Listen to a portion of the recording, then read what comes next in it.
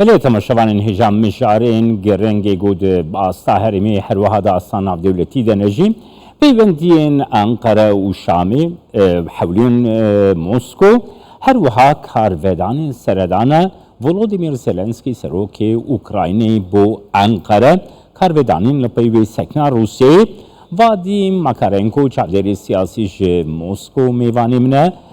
سلاف بوده بریز ماکارنکو دست پیکه ده دیار بکم نها لاورنتیف دبیجه کو حولین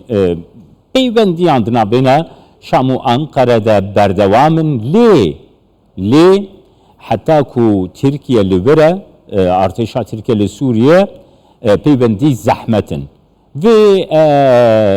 نرخاندنا تل سروی دیتنا لاورنتیف بگرم کو دایه مدیا روسیه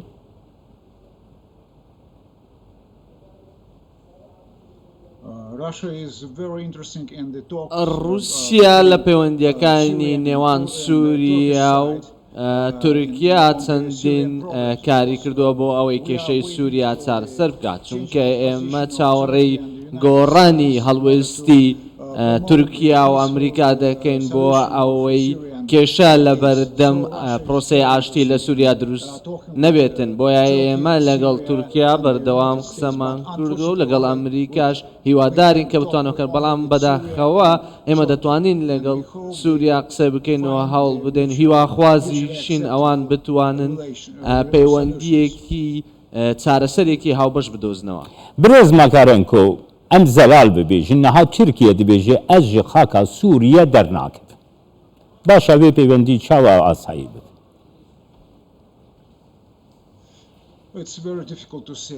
ئەمە زۆر سەختە بۆ ئەوەی بیڵێن چونکە بە دڵنیاییەوە کێشەیەک هەیە کە تورکیا لە سووریای واروەها پێگەیەکی بەهێزیشیان هەیە ئەمە تەنیاوە ناکات کە کێشەکە چارەسەر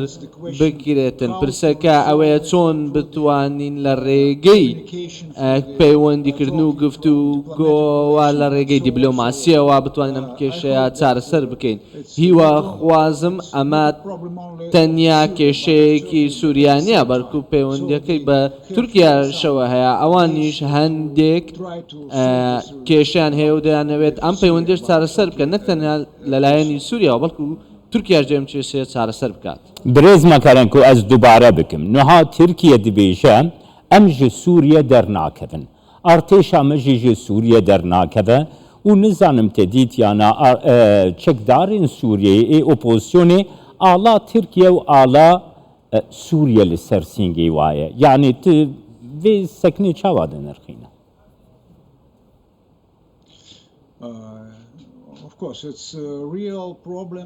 بێگومان ئەم کێشەیە ئێمە لێتە دەکەین زۆر بەباشی لەو کێشەیە چونکە لەبەر کێشەی ئۆکرانیا و ئێمەش لەوە تێدەگەین دەزانین کە تورکیا و ئەمریکا هەردووکیان هێزیان لە ناوخۆی سووریادا هەیە و هەردوو لایەنیش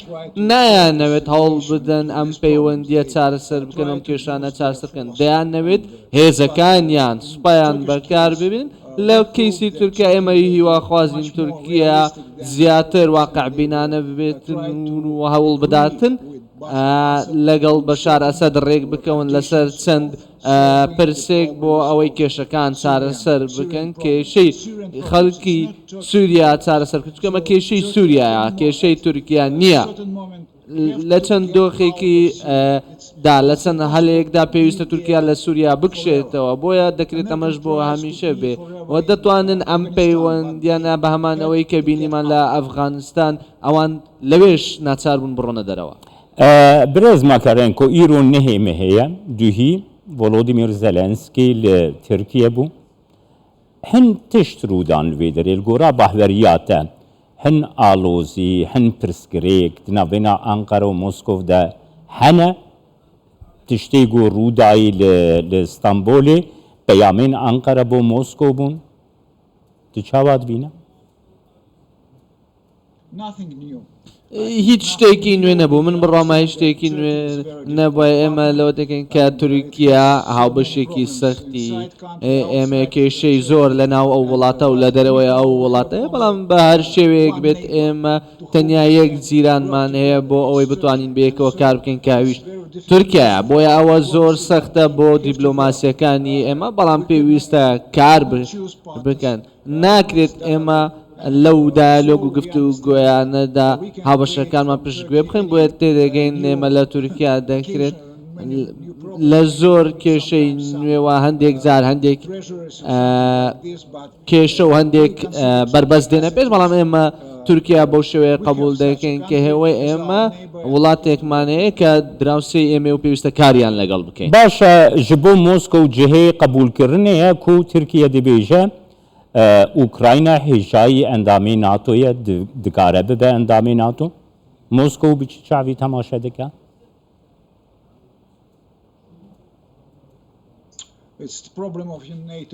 ئەمە کێشەی وڵاتانی ناتۆیە پەیوەندی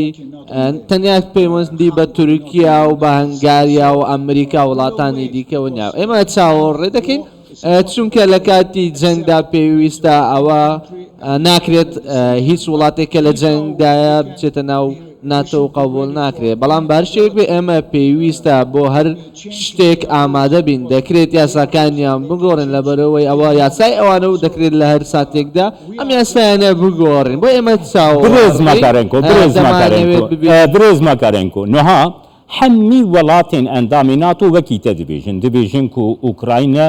li gel Rûsya di şer de ye nabe bibe endam bes Tirkiye dibêje Ukrayna dikarê bibe endamê NATO belê fermo nirxandina te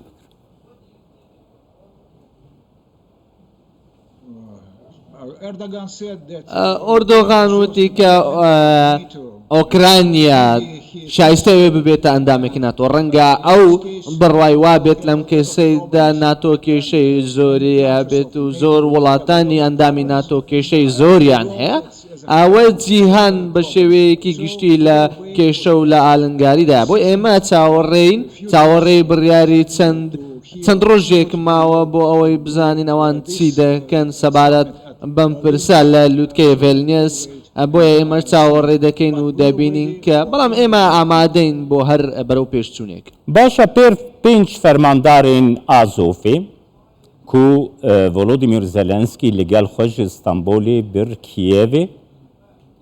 pênc fermandarên ku li Azov bin li Mariupol şer kiribûn nirxandina te li ser wê yekê çi ye Rûsya sekna Rûsyayê karvedanên wê birêz makirin ku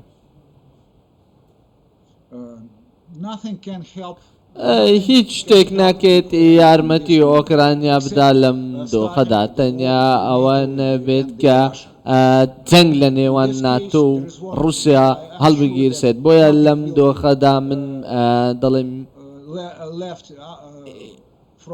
هیچ شتێک نەماوەتەوە لەلایەنی ئۆکرانیا ئەگەر جەنگێک لە نێوان ناتۆ رووسیا ڕووبدات هیچ لە قازانجی ئۆکرانیا بەڵام سەختە بۆ ئەوی وەڵامی ئەم پرسیار بدوێتەوە بۆیە هیوادارم سەرکردەکانی ناتۆ لەوە تێبگەن بڕیاری ئەوان چ دەبێت پێویستە چه بڕیارێک بدەن برێز مەکارێن من نەپرسا ناتۆ کرد ینی پێنج فەرماندارên Azovê Azov yani yako li Mariupol şerê Ukrayna û Rûsya rûdayî yani min nepirsa NATO kir Peskov jî yani gelek dilgiranî nîşanda belê berê nirxandina te bikir بەڵێ ڕەنگە ئۆردۆغان نەیتوانیوە بەڵێمەکانی بپارێزی ئەمە شتێکی خراپە لە زۆر پەیوەندی سەرۆک و سەرکردەکاندا خراپە کە نەتوانیت بەڵێنەکان بپارێزیت بۆ ئەوەی بتانی بەرەو پێچوونی زیاتر لە پەیوەندیەکان هەبێ بۆیە من لەگەڵ پیسکۆف هاوڕەمە لەم پرسەدا ئەمە شتێکی خراپ بووە برێز مەکارێن ku li medya Tirkiyê hate ragihandin ku Vladimir Putin dê seredana Tirkiye bike lê jaliyê Dmitry Peskov ve jî hate ragihandin ku seredan tu tarîx tu dîrok jê re nehatiye diyar kirin vê sekna du alî peyamên du alî çawa dibîne if I could advise ئەگەر من بۆم هەبێت ڕاوێژی سەرۆک پوتن بکەم هەرگیز پێشنیار ناکەم بچێتە تورکیا یاخۆت بچێتە باشووری ئەفریقا یاخود هەر وڵاتێکی دیکەی ڕۆژ ئاوا لە جگە لە رووسیا ئەمە ئەو کاتەیە کە پێویستە لێرە بێت و هەماهەنگی هەبێت سەبارەت بەو جەنگەی کە هەیە ناکرێت زۆر سەختە بڕوا بە هیچ کەسێک بکەیت لەم دۆخەدا بۆیە ئەمە ڕای منە. سپاس بۆ te برێز ڤادیم ماکارێنکۆ ji Moskۆ لەگەڵ